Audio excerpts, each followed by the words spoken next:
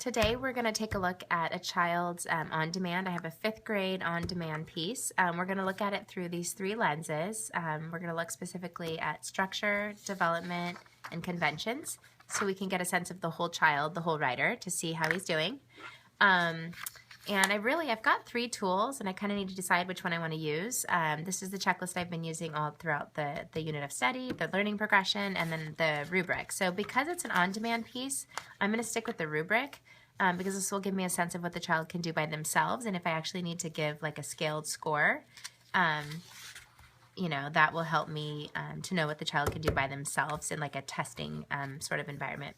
So I'm going to focus my attention on the 5th grade, grade level expectations, which is the same wording on the checklist, the same wording on the progression. And I'm just looking specifically at structure.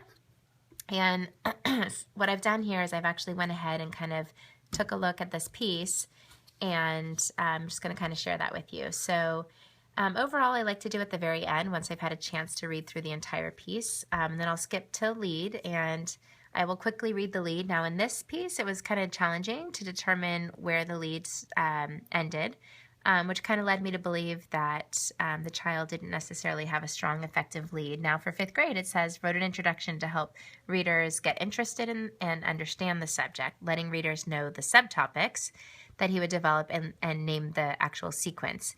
Well, it was kind of challenging when reading through this to determine the subtopics. I started to kind of count them here, but that wasn't necessarily how the rest of the writing went. So I thought that this child is kind of working kind of significantly below grade level in the lead category. There is an interesting fact that he got started with, but didn't necessarily create a clear structure for me by naming those subtopics.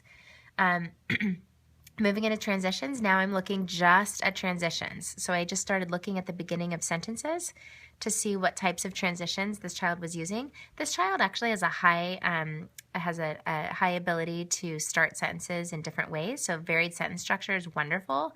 And then I just started looking through specifically for transition phrases. And the child that wrote this piece didn't really start using some kind of traditional transitions until the 2nd page of the paper, but then you can see there's quite a few here. I've circled them all throughout the piece. So I would say that overall this child is definitely working on grade level with those transitions. So now I'm going to quickly go into the next part of the rubric, which is looking at the ending, and I can just skip down to the ending. So originally, I thought that this whole paragraph was the ending, but then when I started reading it, I realized that the ending didn't necessarily start until right here. And it says, the colonists became their own country, our home, America. Even though Paul Revere's etching didn't show a true event, it influenced the colonists to fight for freedom. And I love how this child definitely offers a final thought. So they provide kind of a nice thought. It's just not necessarily organized in the best way. So I would say that it's higher level in terms of the content of the reflection and the thinking, but lower level in terms of its organization, which is why I left it on grade level. Now, if we look at the overall organization of this piece, it's interesting because the whole first page tends to be just one paragraph, and the organization doesn't necessarily start until the 2nd page. But as you're reading throughout this on-demand piece, you'll find that the child is showing a historical sequence. So kind of really shows cause and effect and kind of chronology. So there's great use of time, dates are used. And then the writer throughout the entire piece says things like, well, that led to, and the war left England weak and poor. So then, England decided to. So they have a nice sequential order. It's just not necessarily organized into traditional paragraphs, and parts aren't necessarily grouped the way that we would traditionally expect a 5th grader to group their parts for an informational piece. So I went ahead and did just kind of right below grade level. But I want to acknowledge that this is a strength of this child's. It just might not fit necessarily here in this rubric. So then we move into development, the next part of the writing. And what I'm noticing is that the elaboration piece really asks students to explain different aspects of their subject, including a variety of information like examples, details, dates, and quotes. And this child absolutely did that. Actually, this was a strength. And The writer used trusted sources and even gave credit. So there's definitely evidence of that here. I might even, for this child, look up to see what the 6th grade expectations are. The writer chose a focused subject, included a variety of information, and organized her points to best inform her readers. Well, because organization was a weakness, I decided to stick with the grade level expectation here for elaboration. Now, the writer worked to make his information understandable to readers. To do this, he may have referred to earlier parts of the text and summarized background information. Well, that definitely is done in this piece. Okay, so moving on. The next part of development is looking at craft. And I kind of went through and put little check marks here to show specifically what this writer is doing in the on-demand piece. So made deliberate word choices to have an effect on the reader. There's some great words in here, and this writer did an excellent job of saying how King George felt and how the colonists felt. The cost of the Stamp Act was small, but the colonists were not mad at the cost. They were mad about taxation without representation.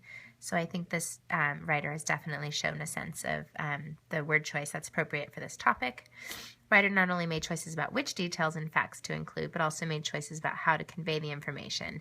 I think there's definitely like a tone to this writing piece. So not only are the facts represented, but the impact of the people at the time is absolutely conveyed throughout the piece too. So I thought overall, because they were really on grade level for this part of craft, but this was a strength, supported readers' learning by shifting within a consistent teaching tone as appropriate, used language and sentence structure. That was a definite strength in this piece. So I overall marked for craft in the mid-level. But you can see how I'm just kind of marking off on this document to help me get a deeper sense of how this child's doing. Then we get into the last piece, which is conventions. And I actually found that this child, for an on-demand situation, was able to have great spelling with some really tough words. They were able to spell those correctly. And then when you look at punctuation and things like that, there are some places in the text where the child was able to use higher level use of punctuation. One example is down here where it says, the colonists became their own country, comma, our home, comma, America. So that to me shows using punctuation for effect, which is one of the standards. So I just thought this child did a nice job of capitalizing proper nouns and all those kinds of things. So overall, the conventions of this piece is really, really good.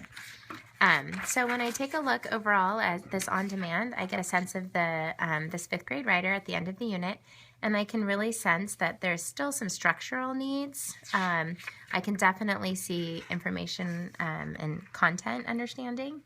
And the aspects of grade level development is definitely there, if not above. So I can see where this child's working above grade level and where this child is working below grade level and might have some additional teaching points. So overall, I would give this child a 3 or an on grade level performance. I think they're doing really, really well.